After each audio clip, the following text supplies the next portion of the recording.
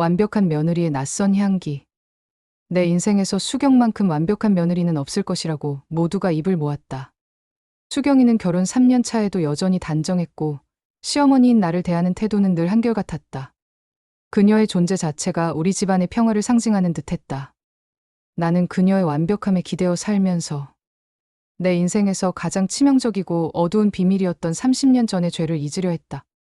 하지만 최근 들어 그 완벽함 아래에서 차갑고 불길한 무언가가 새어나오는 것을 감지하기 시작했다. 늦은 오후, 나는 서재에서 남편의 서류를 정리하고 있었다. 수경이 타온 찻잔에서 김이 모락모락 피어올랐다. 집 안을 가득 채운 백합향은 그녀의 취향이었지만 이제는 낯설고 섬뜩하게 느껴졌다. 어머니, 차 드세요. 새로 사온 백합꽃이에요. 향이 참 좋죠? 수경은 늘 그랬듯 해맑게 웃었지만 나는 그 미소 뒤의 긴장감을 놓칠 수 없었다. 그래, 고맙구나. 나는 억지로 미소 지었다. 수경은 찻잔을 내려놓고는 불쑥 본론을 꺼냈다. 어머니, 제가 어렸을 때요. 할아버지 회사에서 아주 큰일이 있었다면서요? 30년 전쯤에요. 그 순간 내 손이 미세하게 떨리며 찻잔의 물이 흔들렸다. 30년 전. 내가 묻어버린 줄 알았던 과거의 그림자. 무슨 뜬금없는 소리니? 사업에 부침이 있었지 별일 없었단다. 나는 떨리는 목소리를 숨기려 애썼다. 수경은 눈을 깜빡이며 천진난만하게 되물었다. 아, 별일 아니었군요. 그때 보리화분을 키우던 그 회사 맞죠? 보리화분. 나는 숨을 쉴 수 없었다. 그 이름은 우리 가문이 몰락시켰던 A 가문의 사람들만이 알 수 있는 은어였다. 완벽한 며느리의 가면 아래 나는 극도의 불안감에 휩싸였다. 수경은 나의 반응을 즐기는 듯했다. 수경아, 너 혹시 그 회사와 관련이 있는 사람이니? 나의 질문은 나도 모르게 비명이 되어 터져나왔다. 수경은 자리에서 일어나며 씩 미소를 지었다. 글쎄요. 어머니. 제가 알아낸 게 있다면 나중에 차근차근 말씀드릴게요. 그녀의 뒷모습에서 차가운 승리감이 느껴졌다. 나는 깨달았다. 이 여자는 복수를 위해 우리 아들에게 접근했고 이제 그 복수를 시작하려 한다. 수경이 친정 방문을 핑계로 집을 비운 사이 나는 마침내 그녀의 방에 몰래 들어섰다. 내 발걸음은 마치 도둑처럼 조심스러웠고 심장은 광적으로 뛰었다. 나는 지금 내 아들과 가정을 지키기 위해 비열한 짓을 하고 있었다. 완벽하게 정리된 방은 그녀의 철두철미한 성격을 대변했지만 나는 반드시 증거를 찾아내야 했다. 침대 옆 협탁 밑에서 낡고 빛바랜 노트가 눈에 들어왔다. 나는 떨리는 손으로 노트를 집어들었다. 표지는 낡은 가죽이었지만 내부는 날짜와 함께 삐뚤빼뚤한 어린아이의 글씨로 가득 차 있었다. 2003년 1월 3일. 엄마가 또 울었다. 박순영 할머니 나의 이름 때문에 우리 집이 망했대. 나는 절대로 잊지 않을 거야. 나도 언젠가 저 아줌마를 똑같이 울게 만들 거야. 노트는 수경이 어린 시절부터 쓴 복수 일지였다. 나는 숨을 쉴 수 없었다. 파괴된 가문에 대한 증오가 30년을 넘어 현재까지 이어지고 있었다. 나는 마지막 페이지를 펼쳤다. 그곳에는 굵은 펜으로 결혼 직전의 날짜와 함께 이렇게 적혀 있었다. 1단계 완료. 아들 민준에게 접근 성공. 2단계 결혼 성공. 3단계 가문 해체. 그리고 그 아래 내 아들 민준의 이름이 선명하게 쓰여 있었다. 나는 노트를 껴안고 흐느꼈다. 내 아들이 이 완벽한 복수극의 도구였다니. 하지만 곧바로 정신을 차렸다. 눈물은 사치였다. 나는 당장 이 사실을 폭로하는 대신 노트를 완벽하게 복사하고 원본은 원래 자리에 두었다. 내가 먼저 움직이면 며느리는 나를 정신이상자로 몰아갈 것이다. 나는 수경이의 이중 연기보다 더 완벽한 순진한 시어머니 연기를 시작하기로 결심했다. 가족의 방패가 되기 위한 나의 치열한 전쟁이 시작된 것이다. 수경이 친정에서 돌아온 후 나는 아무 일도 없었다는 듯 평소보다 더 친절한 시어머니를 연기했다. 수경은 나의 느슨해진 태도에 안심한 듯 보였고 복수 계획을 더욱 대담하게 진행했다. 하지만 내 전쟁에 새로운 적이 등장했다. 바로 내 남편이었다. 나는 거실 복도에서 남편과 수경이 은밀하게 대화하는 것을 엿듣고 온몸이 굳어버렸다. 남편의 얼굴은 초조했고 수경의 표정은 단호했다. 아버님도 책임이 있으시잖아요. 30년 전 그때 아버님이 아니었다면 수경이 낮게 속삭였다. 남편은 고개를 푹 숙인 채 아무 말도 하지 못했다. 그의 침묵은 자신에게도 죄가 있다는 것을 인정하는 것처럼 들렸다. 나는 충격에 빠졌다. 30년 전 그 사건은 분명히 남편과 내가 공동으로 저지른 죄였다. 남편이 자신의 과거 죄를 숨기기 위해 며느리의 복수에 은밀히 동조하고 있다면? 나는 남편의 비겁함에 분노했지만 동시에 이 집에서 나를 지켜줄 사람이 아무도 없다는 극심한 고립감에 휩싸였다. 가장 가까운 두 사람에게 동시에 배신당할 위기에 놓인 것이다.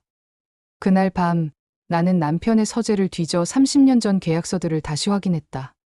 거기에는 A 가문과의 계약에 대한 남편의 결정적인 실수에 대한 내용이 기록되어 있었다. 수경이 이것을 알고 남편을 협박하고 있을 가능성이 농후했다. 나는 가장 믿었던 남편마저 의심하며 내 아들 민준만은 이 지옥 같은 진실을 몰라야 한다는 마지막 의지를 불태웠다. 수경의 복수 계획은 점점 더 구체화되었다. 그녀는 새로운 투자 기회를 설명하며 아들 민준에게 중요 서류에 서명할 것을 유도했다. 나는 그 서류가 우리 집안의 재산을 담보로 잡는 것임을 직감했다. 민준아, 내 아내. 뭔가 숨기는 게 있어. 내 명의의 그 재산 함부로 담보 잡히거나 넘어가면 안 돼. 나는 아들을 붙잡고 간절하게 호소했다. 하지만 민준은 내 염려를 간섭으로 치부했다. 엄마, 제발, 수경이가 얼마나 똑똑한데. 그리고 우리가 얼마나 엄마에게 잘해드렸는데. 왜 자꾸 우리 사이를 이간질하려 하세요? 수경은 내가 말을 마칠 틈도 주지 않고 끼어들었다. 어머니, 제가 잘 모실게요. 어머니는 그저 편안히 쉬시면 돼요. 민준 씨, 내가 준비한 서류에 빨리 사인해야 투자 타이밍을 안 놓쳐요. 그녀는 민준에게 걱정하는 아내의 얼굴을 보여주면서 나에게는 나는 내 아들을 이용할 것이다라는 섬뜩한 승리감을 담은 눈빛을 보냈다. 결국 아들은 아내의 말에 따라 서명을 마쳤다. 나는 그 모습을 보며 내 평생의 헌신이 단 한 번의 서명으로 며느리의 복수에 이용당하고 있음을 깨달았다. 나는 이제 더 이상 물러설 곳이 없었다. 남편과 아들 모두 나를 외면하는 순간 나는 홀로 싸워야 하는 고독한 전쟁터에 고립되었다. 나는 밤새도록 법무사를 찾아가 재산을 되찾을 방법을 강구하기 시작했다. 나의 걱정은 현실이 되었다. 남편의 법무사 친구를 통해 아들 민준 명의의 아파트 담보 대출이 실행되었고 그 돈이 수경의 친정과 관련 있는 회사로 흘러 들어갔다는 충격적인 사실을 알게 되었다. 며느리가 재산 탈취라는 복수를 실행해 옮긴 것이다. 당장 그 서류를 가져와. 너 지금 우리 집 재산을 가지고 무슨 짓을 하는 거니? 나는 더 이상 이중 연기를 할 수 없었다. 나는 며느리를 붙잡고 절규했다. 수경은 내 손을 뿌리치며 눈물을 글썽였다. 그녀의 눈물은 너무나 완벽한 연기였다. 어머니, 저를 믿어주세요. 저는 그저 민준 씨를 위해 투자했을 뿐이에요. 어머니, 혹시 제가 싫으신 건가요? 자꾸 저를 범죄자처럼 몰아가시는 이유가 뭐예요? 마침 현관문을 열고 들어온 민준은 수경의 우는 모습을 보자마자 나를 노려봤다. 엄마가 또 수경이한테 무슨 짓을 했어요? 왜 자꾸 없는 사실로 아내를 괴롭혀요? 제가 어머니 때문에 미치겠어요. 나는 절망감에 소리쳤다.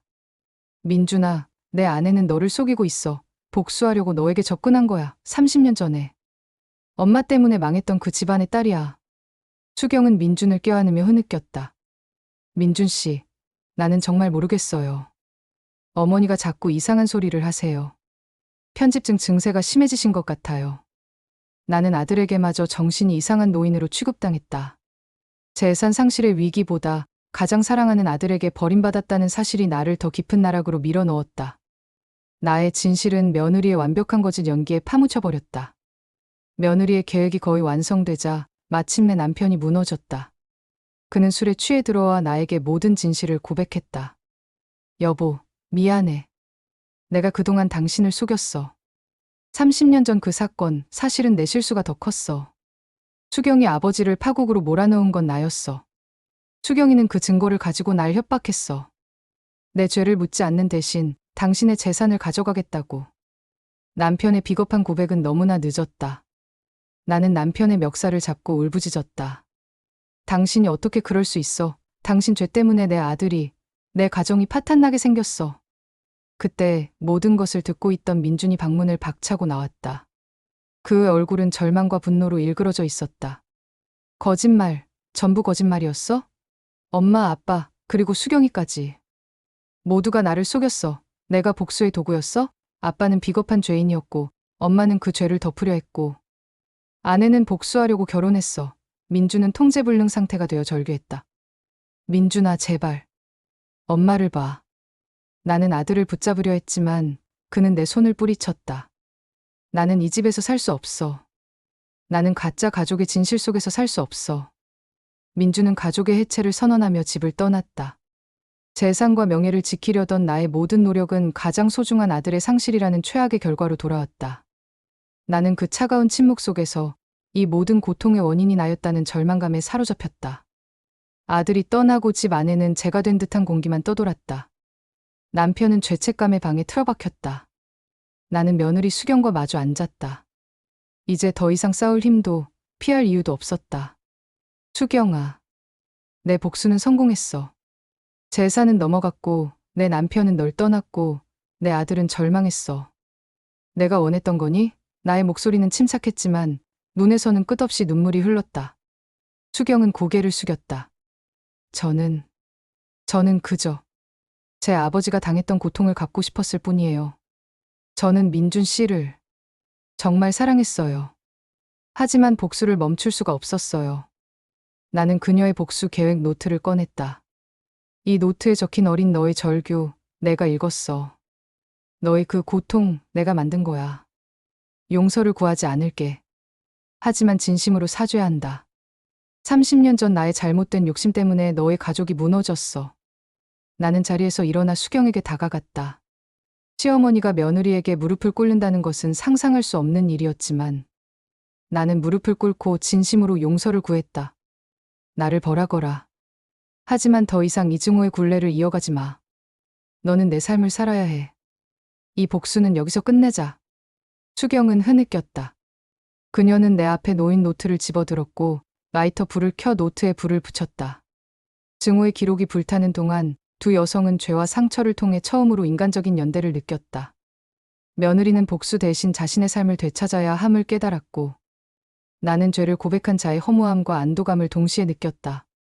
며느리 수경은 복수를 위해 취득했던 모든 재산을 돌려주었고 아들 민준에게 진실을 고백하며 이혼했다. 그녀는 복수심이라는 족쇄를 끊고 자신을 위한 새로운 삶을 찾아 떠났다. 남편과 나는 이혼하지 않았지만 30년 전의 죄에서 완전히 벗어나기 위해 각자의 독립적인 삶을 살기로 합의했다. 나는 남편의 재산을 처분하여 30년 전 A 가문 사람들이 겪었던 고통에 대한 사죄의 기금을 마련했다. 나는 민준을 찾아갔다. 민준아, 엄마가 미안하다. 너에게 가짜 가족을 선물했어. 하지만 이제 너는 너의 삶을 살아야 해. 엄마는 이제 이 모든 죄를 짊어지고 살 거야. 민준은 여전히 상처 입었지만 나를 용서하겠다는 말 대신 스스로 자립할 것임을 선언했다. 나는 어머니의 역습을 넘어 어머니의 사죄를 선택했다. 남은 여생을 여성들의 사회적 자립을 돕는 봉사활동에 헌신하기로 결정했다. 이 모든 파국은 탐욕과 이기심에서 시작되었음을 깨달았기 때문이다. 며느리와의 극한 대결은 나를 파괴했지만 동시에 진정한 나 자신을 되찾게 해주었다. 나는 이제 시어머니나 아내의 역할이 아닌 죄를 속죄하는 주체적인 한 여성으로 살아가기로 했다.